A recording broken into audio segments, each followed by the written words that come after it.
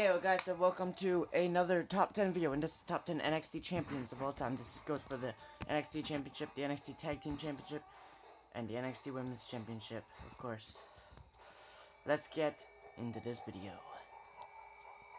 At number 1, well, not at number 1, sorry, at number 10, we got a tag team, the Authors of Pain. They were great NXT tag team champions. That's their tag team finisher there. They call it the last chapter. It's a good move. Their entrance isn't horrible. This was a nasty spot against Johnny Gargano. Decapitation with the ladder. That match was incredible. If you guys haven't seen it, go take a look at that match. What a battle they put up. And then more clips from that match we've got. Slamming him right onto his back. Then they have that Super Collider move where they powerbomb both the guys into each other and then just powerbomb them again. That move is dope. Lots of big spots in that match with Johnny Gargano and Tommaso Ciampa. And then their finisher. It's a pretty good finisher for bigger guys. I mean, the Super Collider could also be a decent finisher, but I don't know. Alright, number 9, Neville. Neville, he was a decent NXT champion, I would say. Like, he was one of the original NXT champions. He had a ladder match with Bo Dallas, I can remember that. That was when Bo Dallas was relevant. Slightly relevant, I would say, actually. Kevin Owens and him had some decent matches.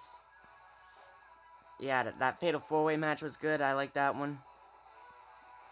Sami Zayn and him had some pretty decent matches. I like the powerbomb here. This move would be interesting to have in 2K18. Like a powerbomb with the exact animation as of this.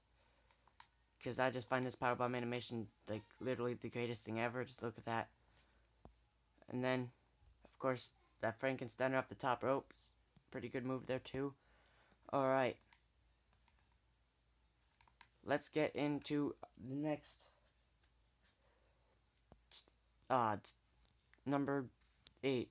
No, yeah, number 8. At number 8 we have Kevin Owens. Actually, I'll see you guys in a minute.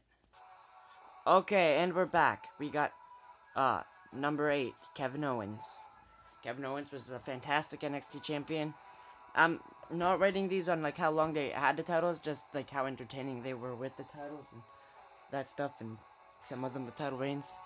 But yeah, Kevin Owens I had to put on this list. So not all the clips will be from NXT for Kevin Owens because I just couldn't like get enough. So some of his better moves were after NXT. Like this one, I tried to get most of them from NXT, but I believe I had 2 of them. One was Cena, and I think the other one was Neville, that weren't in NXT.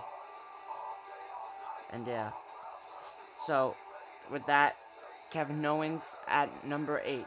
And, oh yes, we also have, in NXT, the big reason why he had to be up there on this list was because this was when he turned heel on Sami Zayn. Alright, and now let's get to number 7.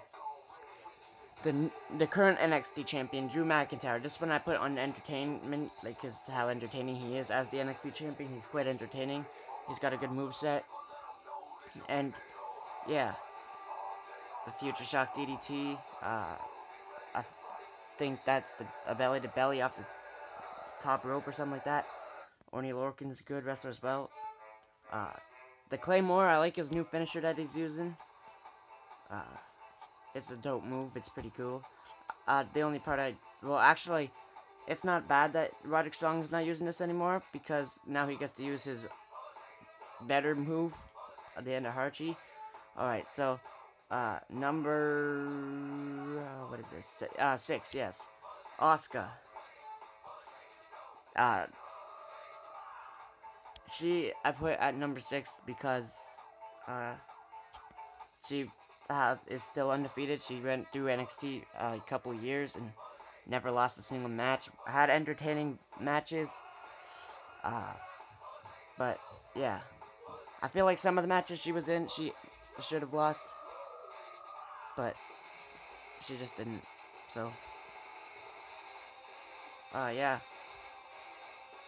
She's just quite the entertaining wrestler. Good moveset.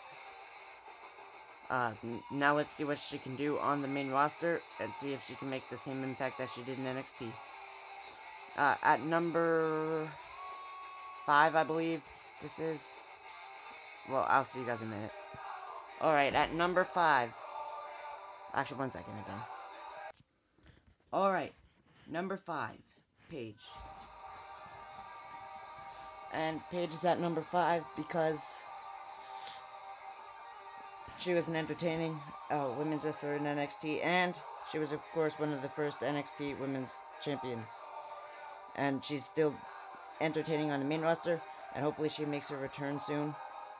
She's got decent moves like the PTO, whatever the hell it's called, Page Tap Out. Is a pretty creative move, and the Rampage is a decent move. Although I like Joseph Connor's Righteous Kill DDT more. But the Rampage, it's a lot better than her original finisher that she was using in NXT. I think it was like a page turner. It was not horrible, but it was just not as good as what she's using currently. Alright, let's get to number 4. Shinsuke Nakamura. And he is number 4 because he's the king of strong style, of course. Actually, I think he's number 3. But we'll find out in a minute. I believe he's number 3. So yeah, this might be number 3. So yeah, Nakamura. He's got a good entrance, real good character. I'm glad they allowed him to keep his character. An incredible fight with Sami Zayn in his debut, where they had a fight forever chant, which was a really impressive moment in his career. In his debut match, I didn't really know too much about him, but he had a real good match, and he won the NXT Championship about almost a year after having that debut to NXT. He's got great counters, and I'm surprised he hasn't won like the WWE title yet, but I'm sure he will eventually. Even if he doesn't have like the best of mic skills, it doesn't matter. He's that good in the ring that will back him up with that. So with that, let's get to, I believe, what is number 2. Yes, this is, I believe, number 2, Samoa Joe. Actually, no, I was correct the first time. This is number 3, sorry. Samoa Joe. And Samoa Joe, I put him on number 3 because of how entertaining he was in NXT. And I'm sad that he's not using his main finisher from NXT.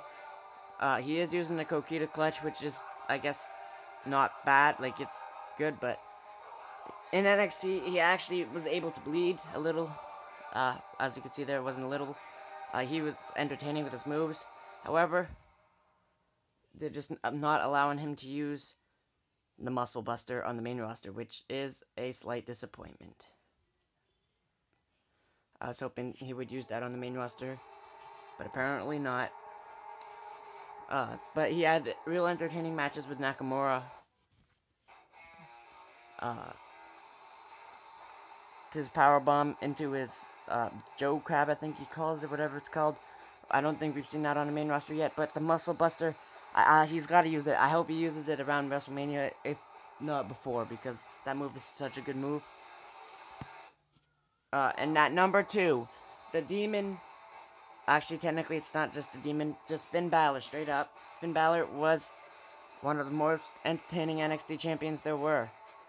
The Demon was entertaining. Of course, he did the double diving foot stomp to the back of the head and the coup de grace. Balor has such a good moveset. Like, he has so many different varieties of moves. They're real entertaining as well.